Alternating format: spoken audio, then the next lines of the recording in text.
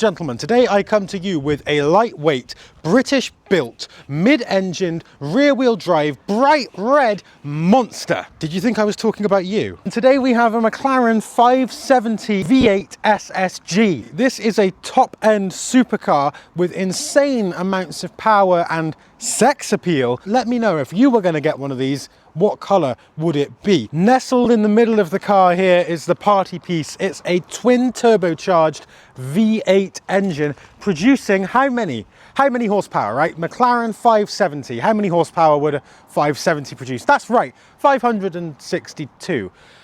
Confusing decision there by the designers, but the fact remains that this is capable of 200 miles an hour. Here we go.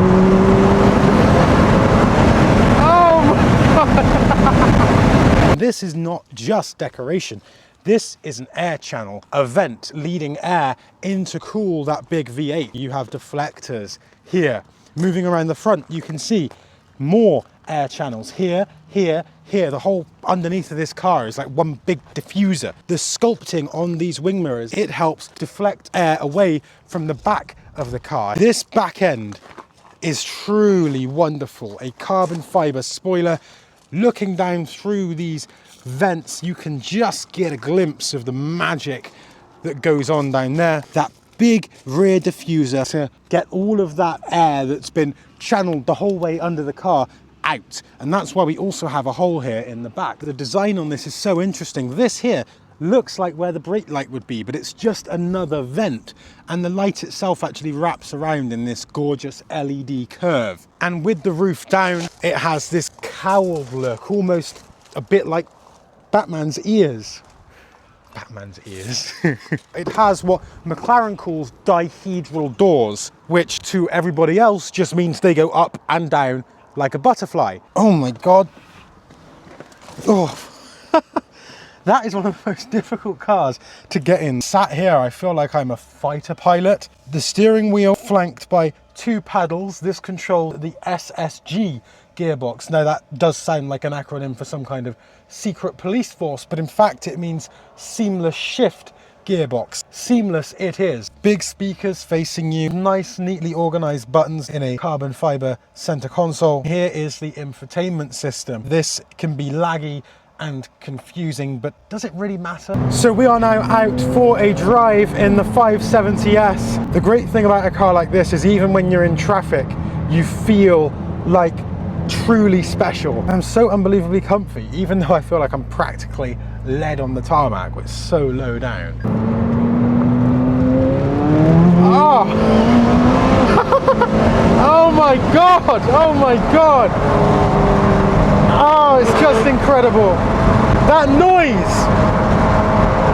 noise is just wonderful. Here we go. Oh my God. Oh, crikey, that's insane. That is insane. Holy shit. Holy. Oh my Lord. Jesus Christ. Oh, and those carbon ceramic brakes, they are literally like you've just started hitting a sand trap. It's crazy. Cornering so hard that I think I'm gonna fall out of the door.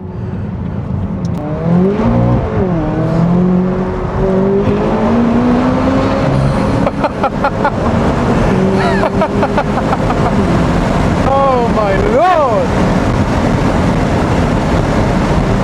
Oh. That is incredible. That is otherworldly. When you're doing 70 miles an hour in this car, it feels like you're at walking pace because you touch the throttle and boom, you could be anywhere you want to be in a matter of seconds. I'm lost for words. Fuel economy in here is, well, not something to be concerned about if you can afford a car like this. However, a full tank will do 120 miles in sport mode. If though you switch it to economy mode, you'll get 300. So an argument can be made that this is a very usable daily supercar. Oh my God. Jesus Christ. This is incredible. This is just incredible. If you ever looked at a picture or a video of a car like this and thought, oh, you know, there's no point in one of those. You can't go above 70 on roads anyway. It doesn't matter how fast you go. This car makes you feel like nothing else. So here's the thing about McLaren. They were always the kings of Formula One with Senna, Prost, Hakkinen and Hamilton. But as for road cars, they didn't really do them up until the 1990s with the famous F1. More recently, however, McLaren has decided to really delve into this category. They began the road car revival back in 2011 with the MP4-12C, which, yes, sounds a bit like the format of a video file. The car was fast, sure, but it lacked excitement. It didn't feel quite as bonkers as some of its rivals.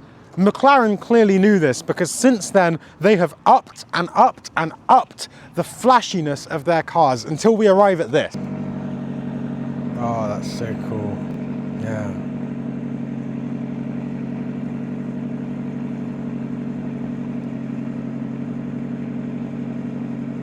The 570S comes from their Sports Series, a line of more affordable supercars to rival the likes of the Porsche 911, the Audi R8 and the entry-level Ferrari California. I think this has every single one of those cars beat in the looks department. It's not as extreme as the 650S or the P1 hypercar, but it brings McLaren's racing pedigree and carbon fiber chassis to a more affordable price point, meaning that now wealthy dentists could consider buying one of these. This strategy worked. It made the 570S one of McLaren's best-selling cars yet, and reminded the world that they weren't just a key player in the F1 category. Combine all that with the monocell carbon fiber chassis, that whole thing weighs less than 1,500 kilos. This has proper old school hydraulic steering, and the noise this car makes when that big V8 and those two turbos spool up just behind your head,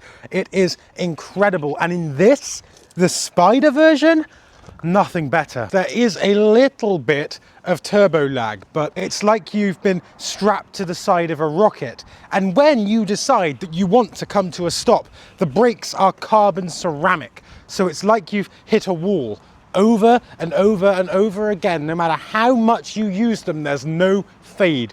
They are so good. And that's one of the reasons why McLaren has become so successful, because it's a supercar that you can use every single day. It's sharp, communicative, rewarding to good drivers, a vehicle that reminds you that F1 prestige can be accurately translated into an excellent daily drivable supercar. So yes, it's a McLaren and it is riddled with F1 DNA. It's got crazy doors, insane power, and the ability to turn even the most dull road into a racetrack.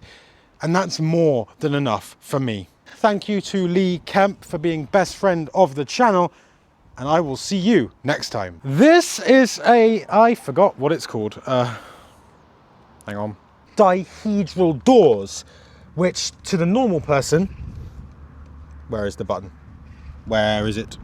There it is. There we go.